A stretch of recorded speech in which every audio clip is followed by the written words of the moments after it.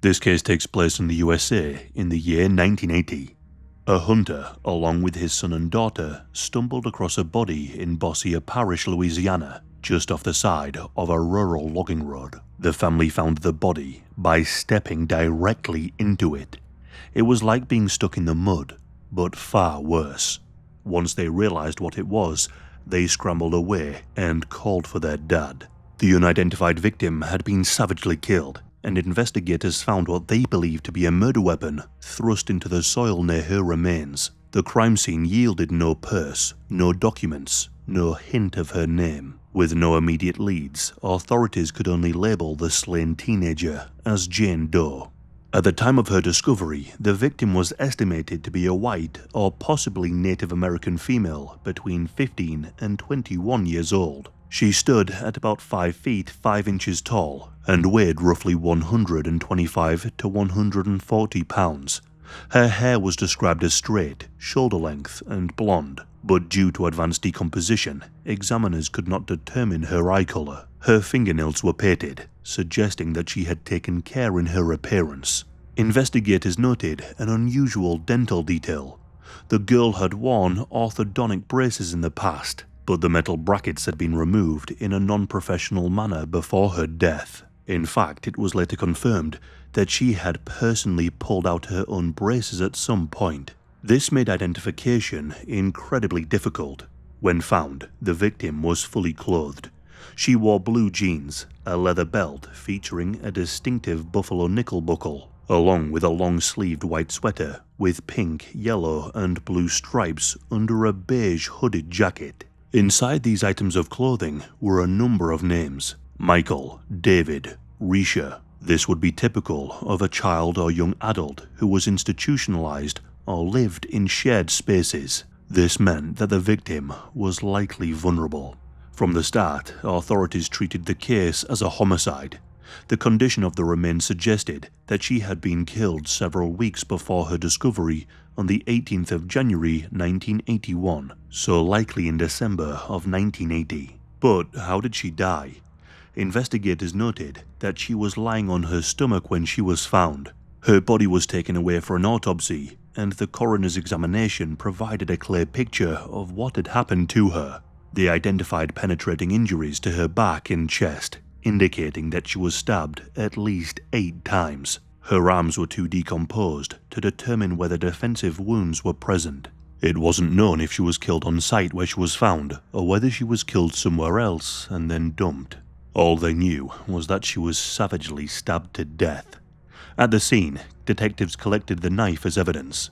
They were hopeful that it might contain some clues such as fingerprints, blood traces, or a manufacturer's mark that could be traced. The police worked day and night in 1981 to develop leads in the young woman's murder. They treated the case as a top priority, given the brutality of the crime and the victim's apparent youth.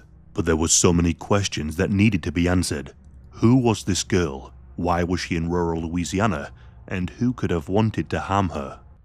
Fingerprints were attempted, but her skin was too badly decomposed. Impressions of her teeth were also recorded, along with samples of her hair. In 1981, DNA profiling was not available, but they kept samples in case other testing methods would be created in the future. Investigators appealed to the public, but nobody had seen anything unusual in that area, and the area was so remote that there were few witnesses. No one reported seeing a struggle, no one heard any screams, and there were no suspicious vehicles on the road around the estimated time of the murder. Databases of runaway teens were also checked, but nothing surfaced. But then, a startling lead emerged. Before we continue, just a quick word from today's sponsor, Incogni. Right now, your address, phone number, email, medical details, everything is online right now and is being sold by data brokers. This is dangerous for a number of reasons. Criminals can use this sensitive data to scam you. They can do identity theft, stalk, harass. They can attempt to extort you, and they can even open up credit cards in your name. And if anyone wanted to, they could find out exactly where you live. And what's terrifying is that data breaches have gone up 211% in recent times. So that's why I do genuinely personally use Incogni. Incogni can automatically find where your data is being stored online, and it forces these websites, these data brokers, to remove it. They handle the follow-ups and the confirmations so you don't have to, saving you so much headache. And using their unlimited plan with their customs removal feature, you can send them any website exposing your information, and their team will work to get it taken down. To protect yourself online, which is incredibly important these days, all you have to do is create an account, authorize Incogni, and they will remove your data for you, keeping you safe.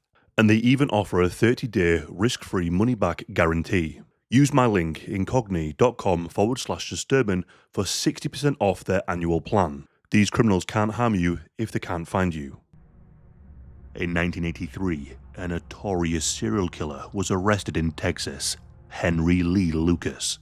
Henry became infamous for confessing to hundreds of murders worldwide, so this seemed to be promising. However, many of his confessions were found to be incorrect. For a period, authorities considered Henry a possible suspect, and then Henry confessed to killing this girl. He told the police how he brutally stabbed her to death. But upon checking his claims, detectives found solid evidence that Henry was in Florida at the time of the girl's death. It turned out that he just wanted to increase his kill count. With this, it was back to square one, and the case went cold.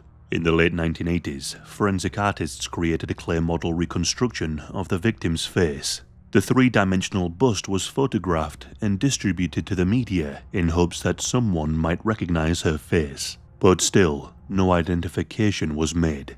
Decades then passed by. Nobody came looking for this girl. In the year 2000, as technology improved, an updated composite image was able to be created, giving a more lifelike impression of the victim. And again, no one came forward, and things only got worse. In 2005, a fire broke out at the storage facility used by law enforcement, and most of the physical evidence from the 1981 crime scene was destroyed. Even if they did find the person responsible, solving the case would be near impossible. By 2014, the case of Bossier was over 3 decades old, but it had not been forgotten. And soon enough, things started to fall into place.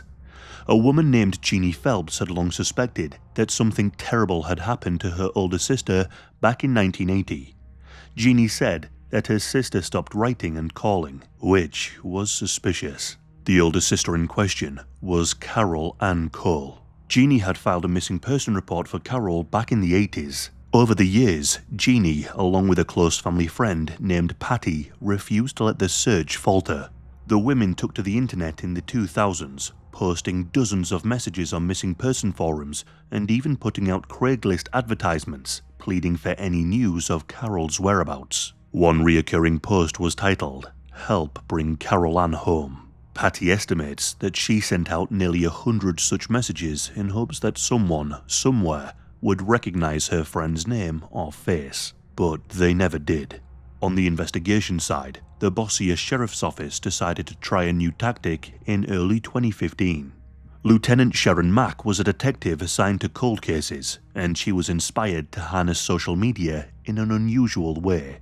On the 6th of February 2015, the Sheriff's Office created a Facebook profile for the still unidentified victim, essentially giving Bossier her own page on the social network. They uploaded the composite reconstruction image of Jane Doe as her profile and shared all the details of the case as if Bossier were a person asking for help in finding her own identity. This innovative approach quickly gained traction. Within days, hundreds of people had friended the Bossier profile and shared multiple posts, spreading the word across states.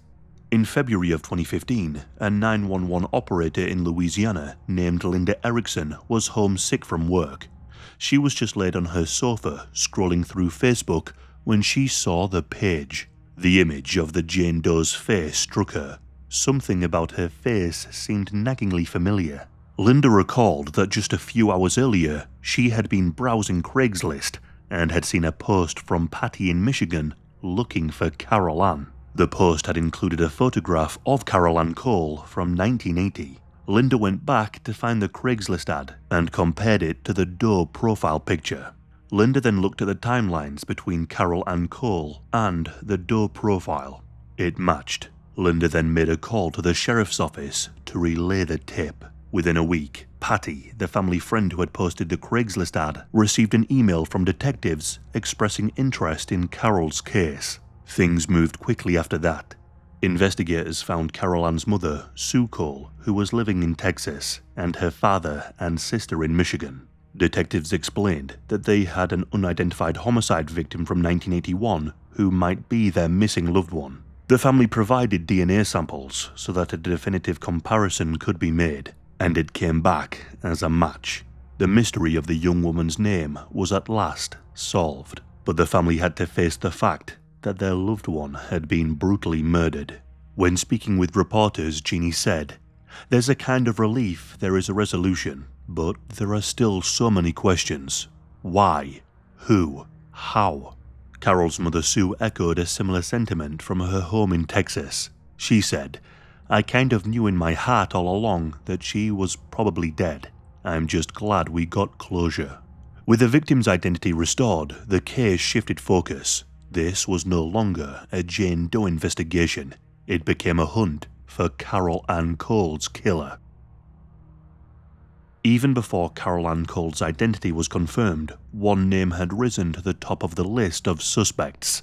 This was John Alvin Chesson Jr. And he wasn't a new person to the case. In fact, I mentioned him at the very start of the video. The man who found her body with his 2 children back in 1981. At the time, he was not publicly suspected of any wrongdoing. However, decades later, John's own daughter came forward with disturbing allegations that cast her father's actions in a sinister light. The daughter, named Frances, was 13 years old in 1980, and she was one of the children with John when the body was discovered. In early 2015, after learning that the unidentified girl was actually Carol Ann Cole, Frances contacted law enforcement to say that she believed that her own father had actually killed Carol. Frances's account filled in some crucial background details. She stated that in late 1980, her father had picked up a teenage hitchhiker who turned out to be Carol Ann Cole, and he even brought her into their home. Carol stayed with the family for around a week. Then, one day, Carol was suddenly gone. Frances remembered coming home from school and finding that Carol was no longer there. Her father offered no explanation, and the family never saw or heard from her again. Now, her father John was often volatile and abusive towards her, so Frances didn't dare press him about what happened to Carol. Then, not long afterward, on a December morning, John did something out of character. He invited his daughter and son to go on a hunting trip with him. This was the first time that he had ever taken them hunting. He drove them to a remote logging road and instructed the kids to walk down a specific path ahead of him. Frances told investigators that she found his behavior extremely suspicious. She even feared in that moment that her father might even be planning to harm her, given his violent temperament. As the 2 children walked into the brush, they discovered the decomposed remains of Carol, feet first. John shouted that they should go and get help as soon as possible, playing the role of a startled discoverer. In the daughter's view, her father had deliberately led them to the body to find it and deflect any suspicion that he was actually involved. Essentially, she believes the entire hunting trip was staged and orchestrated by her father to cover up his crime. When Carol Ann's identity was revealed in 2015, she publicly asserted, "I strongly believe that he had gotten rid of her. I strongly believe that my dad killed Carol Ann." And she has since seen the photograph of the murder weapon, and she believes it's the very knife her dad once held up to her neck during one of his violent rages. These allegations carried serious weight because John Chesson was no innocent outdoorsman. He was, by 2015, a convicted murderer sitting in prison. In 1997, John had stabbed and killed his ex-mother-in-law, a crime for which he was convicted and sentenced to life in prison. These parallels didn't go unnoticed. Investigators took this lead incredibly seriously, armed with a statement from Frances, and now with information that Carol lived with the family, There he interviewed John in prison and spoke with others who knew the Chesson family in 1980. But there was a serious roadblock.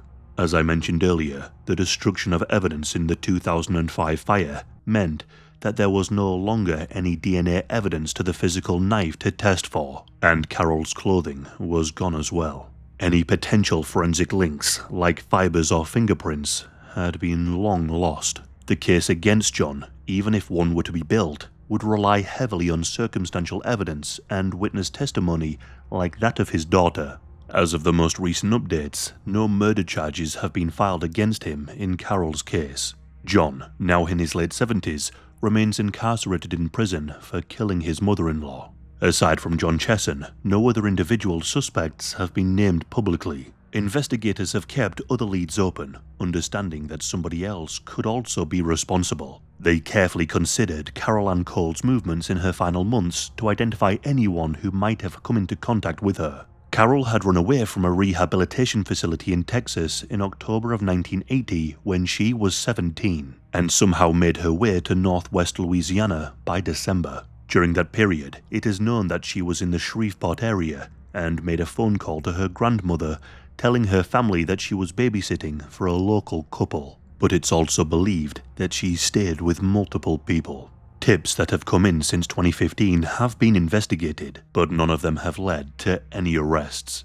As of the most recent updates, the case remains unsolved and open, but many people believe, including Francis, that the real killer is behind bars regardless. In June of 2015, a memorial service was held in Carol's honor in Michigan, where she had grown up.